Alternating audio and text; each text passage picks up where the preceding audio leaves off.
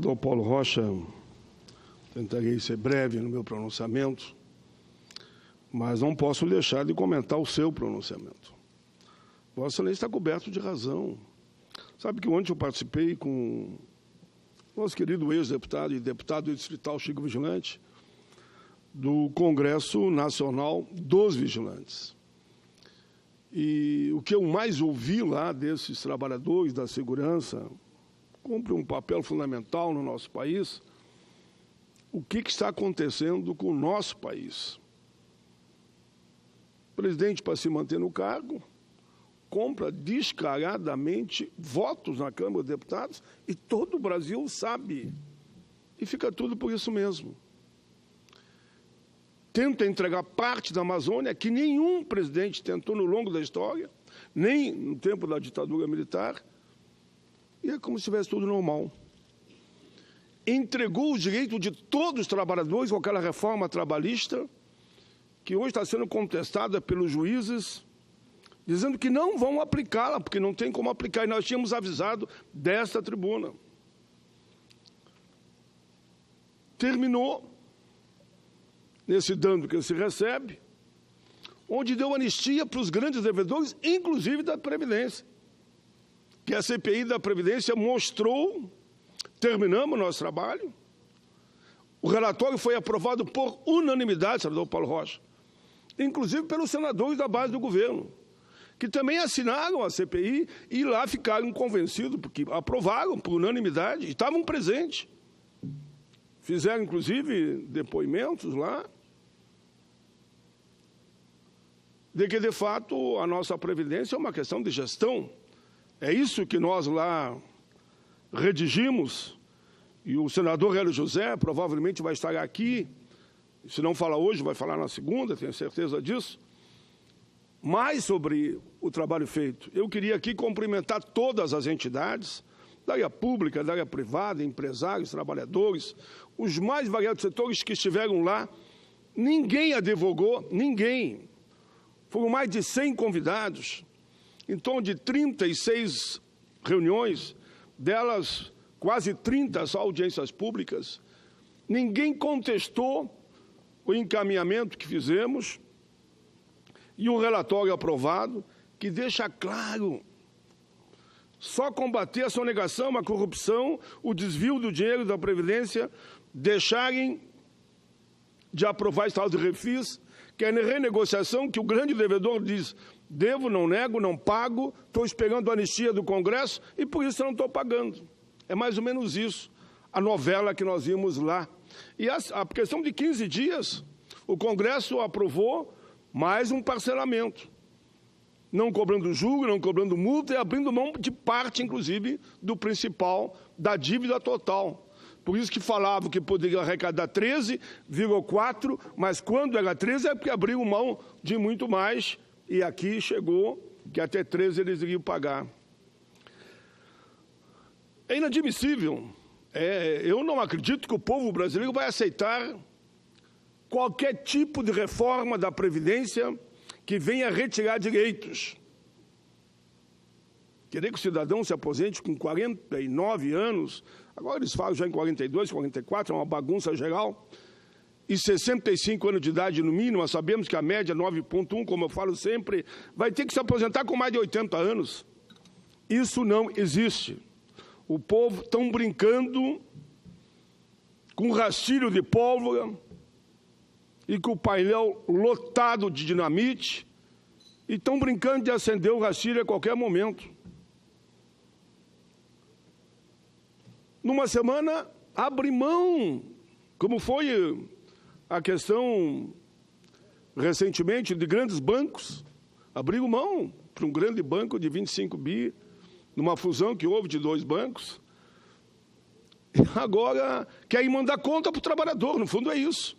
Quem vai pagar a conta é o trabalhador da área pública, da área privada e da área rural. A CPI é a CPI da verdade, desmascara isso tudo. Senador Hélio José, eu estou muito tranquilo, porque nós vamos mandar esse relatório para todos os senadores, um relatório que ninguém contestou. Claro que quem tem dívida contesta, vai dizer, não, não é bem assim e tal. Mas explique por que não paga a dívida, então. Nós queremos que execute os grandes devedores, dá para arrecadar quase 1 trilhão, 1 tri. E a tal de reforma dizem que vai arrecadar 170 milhões, uns falam, porque os números mudam toda hora, né? Outros dizem que poderá arrecadar 200 milhões. Que de dívida pronta para ser executada tem quase 500 bi. Mas tem mais outros 500 bi que estão sendo processados. Mas assim mesmo, de dívida pronta com a União, não só a Previdência, mas outras contribuições não pagas, outros tributos, chega assim a 1 tri. Então execute esse 1 tri.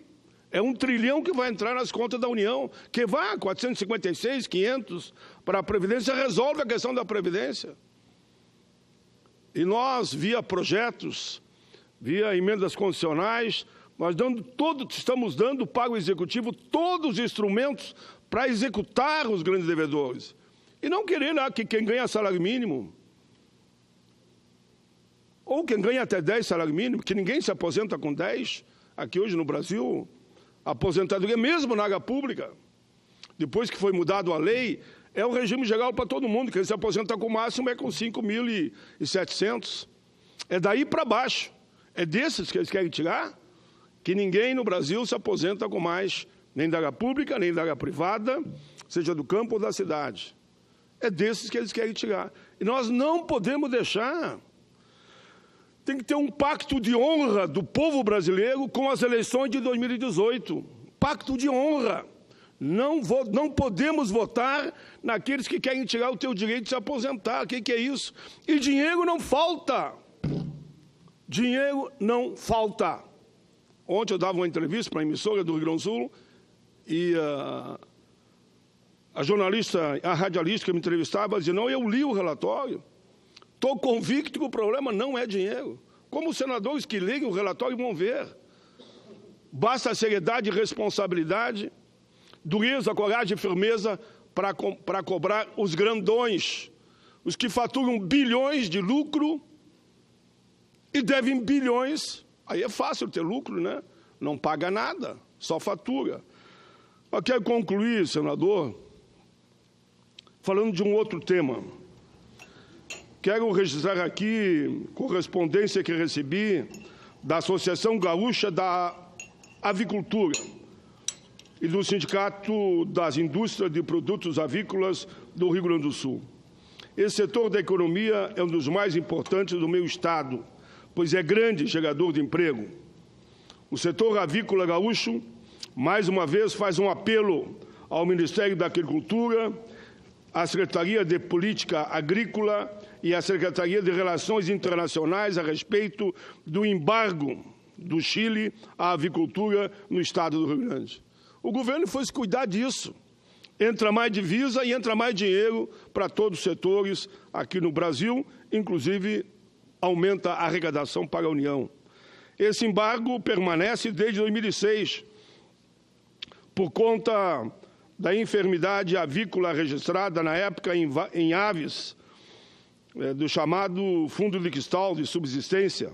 Problema já resolvido e sob conhecimento dos órgãos competentes a nível regional, nacional e internacional. É preciso resolver de vez esse caso, que por mais que seja um único país, no nosso entendimento, que coloca sob dúvidas as ações da defesa sanitária do Rio Grande do Sul e do Brasil. Em 2006, o Rio Grande registrou um caso em aves de fundo de quintal, no município de Vale Real, na região de São Sebastião do Caí.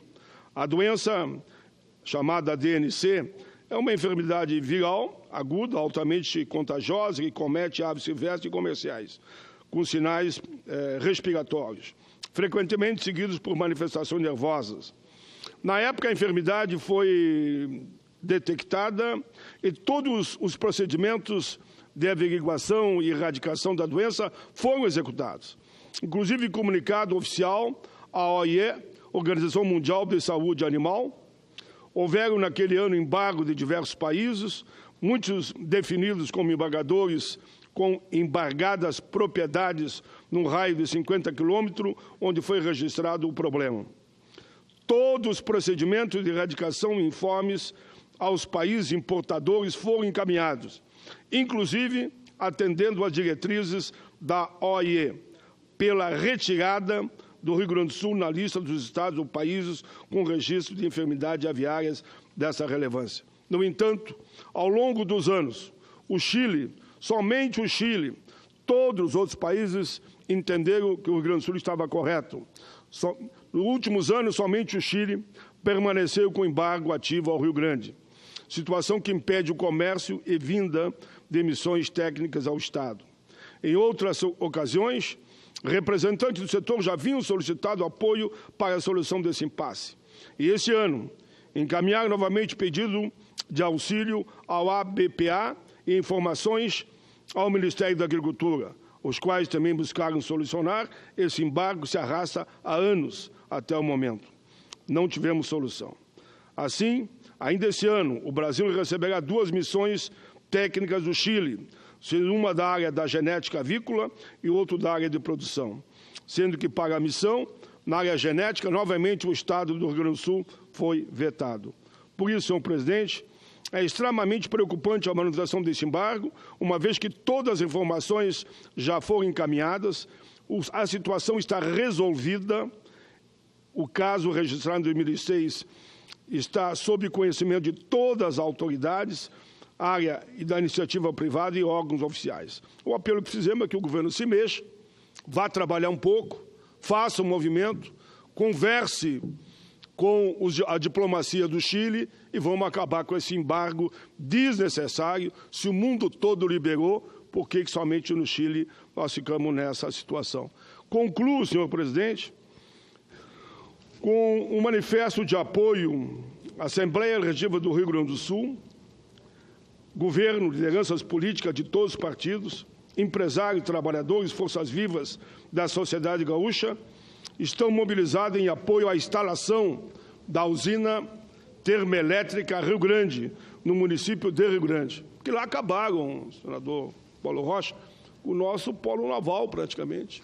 Mais de 20, que na época de presidente Lula e Dilma, nós tínhamos mais de 50 mil trabalhadores.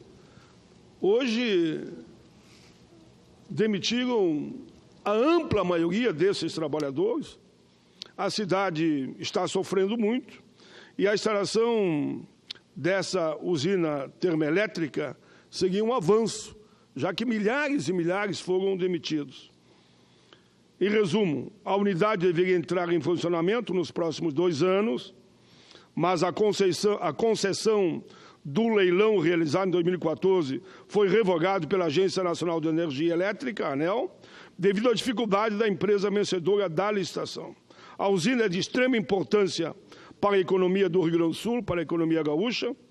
O projeto prevê a geração, perto dos milhares que foram demitidos no Rio Grande, é pouco, mas pelo menos cerca aí de 2,4 mil empregos diretos, mais o dobro de indireto, teríamos aí pelo menos 5 mil empregos a mais para quem perdeu mais de 30 mil empregos. E o abastecimento de 3,5 milhões de residências. O investimento na usina termoelétrica de Rio Grande é da ordem de 3 bilhões e sua capacidade, com certeza, será em megawatts 1,2, gigawatts, isso é fundamental para o Rio Grande. Então, esses 2 apelos que eu faço, senhor presidente, agradeço muito a tolerância